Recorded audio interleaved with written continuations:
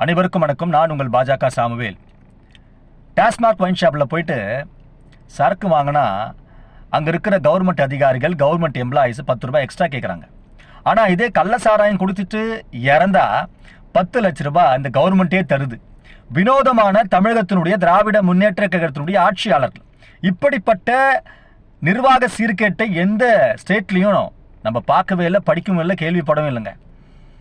ஒரு மரண ஓலம் செங்கற்பட்டிலே கடந்த மே மாதம் நடக்கிறது. அந்த மரண ஓலத்தினுடைய சத்தம் இன்னும் கூட அடங்கலை. அதுக்குள்ள கள்ளக்குறிச்சியில் ஒரு சின்னது, அதுவும் கருணாநிதிபுரம் பாவாந்தால் எங்கேயோ அந்த முன்னாள் முதலமைச்சர் எங்கேயோ இன்னைக்கு பீச் ஓரத்தில் நிம்மதியாக கட்டுமரமாய் தூங்கி கொண்டு இருக்கிறார். அவர் சார்ந்த அந்த கிராமத்தில் விஷசாராயம் காசை விட்ட உதயசூரியன், அவர் தான் அங்கே மினி முதலமைச்சர், திமுகவை சேர்ந்தவர். அவர் காவல்துறை என்னங்க செய்வாங்க பாவம். காவல்துறை அந்த வீட்டுக்கு போது அந்த வீட்டில், ஆனால் அந்த வீடியோ வந்து கொஞ்சம் போட்டு விடுங்க, அந்த வீட்டு கதவுல மு.க. ஸ்டாலின் ஐயா முதலமைச்சர் ஐயாவுடைய ஸ்டிக்கர் ஒட்டி இருக்குது.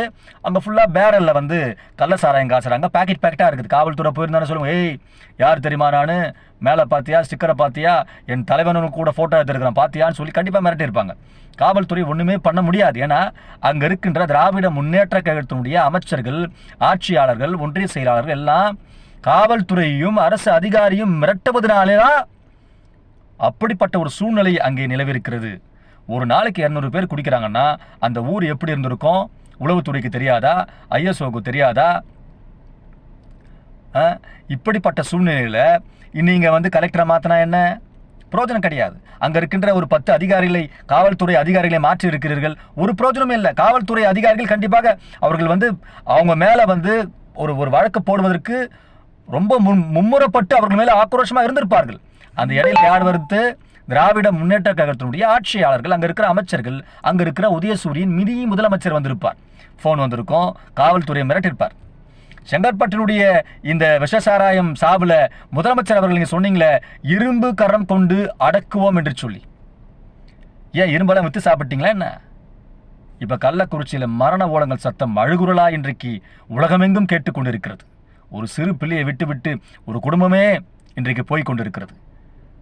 தெருக்கு சாவு, பக்கத்து வீட்டுக்கு சாவு.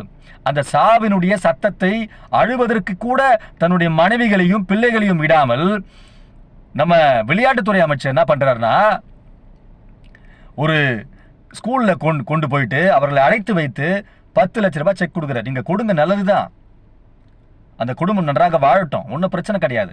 ஆனா இவர்களை சாவுக்கு கூட அளவிடாமல் உங்களுடைய சுய தேவைகளுக்காக, உங்களுடைய இந்த போட்டோ ஷூட்டுக்காக இப்படிப்பட்ட கேவலமான செயலை நீங்கள் செய்யலாமா? நிர்வாக சீர்கேடு, நிர்வாக திறனற்ற திராவிட முன்னேற்ற கழகத்தினுடைய ஆட்சியாளர்கள், இதை நாங்கள் வன்மையாக கண்டிக்கின்றோம். தமிழக மக்களே சிந்தியுங்கள்.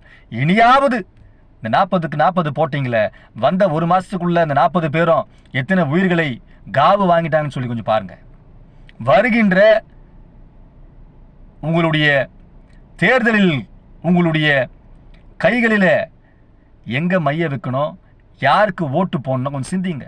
திராவிட முன்னேற்ற கழகம் என்னைக்கு வந்துச்சோ அன்னைக்கே தமிழகம் சுடுகாடாய் மாறிவிட்டது. கொரோனா வந்தது, கால்ரா வந்தது, வாந்தி வந்தது, சுனாமி வந்தது, புயல்கள் வருகிறது, தமிழகத்தில் சென்னை தத்தளித்தது, தண்ணியிலே இறப்பு வந்தது. இப்படி சாபக்கேடான திராவிட முன்னேற்ற கழகத்தை தமிழகத்தை சுடுகாடாய் மாற்றிக் கொண்டிருக்கிறது.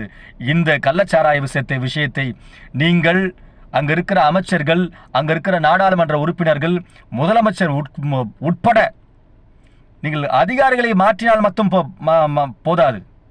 அங்க இருக்கின்ற ஆட்சியாளர்களை மாற்றுங்கள். முதலாவது அங்க இருக்கின்ற ஒன்றிய செயலாளர்களுக்கு, அங்க இருக்கின்ற அமைச்சர்களுக்கு நீங்க தயவு செய்து, முதலமைச்சர் ஐயா, சட்டம் ஒழுங்கு உங்களுடைய நேரடி பார்வையில் இருக்குது. ஆகவே உங்களுடைய கேபின்ல முதல்ல நீங்க திருத்தத்தை செய்து நல்ல நிர்வாகத்தை மக்களுக்கு கொடுங்க.